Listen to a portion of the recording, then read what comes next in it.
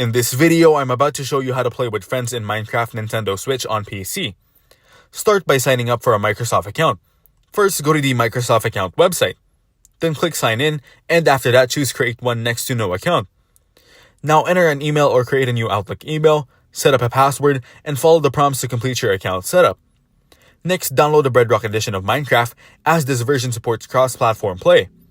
If you're on a PC, you can get it from the Microsoft Store or another trusted platform. Then install it on both your PC and Nintendo Switch.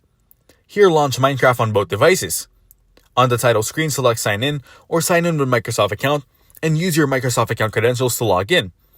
After that, navigate to the Friends tab in Minecraft on both devices. Then select Find Cross-Platform Friends and enter your friend's Microsoft or Xbox gamer tag. Now send them a friend request, and once accepted, your friend will appear on your list. Next, to play together, either host or join a game. If hosting, create a new world or open an existing one on the PC or Switch. Then go to the settings menu, enable multiplayer, and set permissions for who can join. After that, open the in-game menu, select invite to game, choose your friends, and send them invitations. If joining a friend's game, go to the Friends tab, find their game under Joinable Friends, and select their game.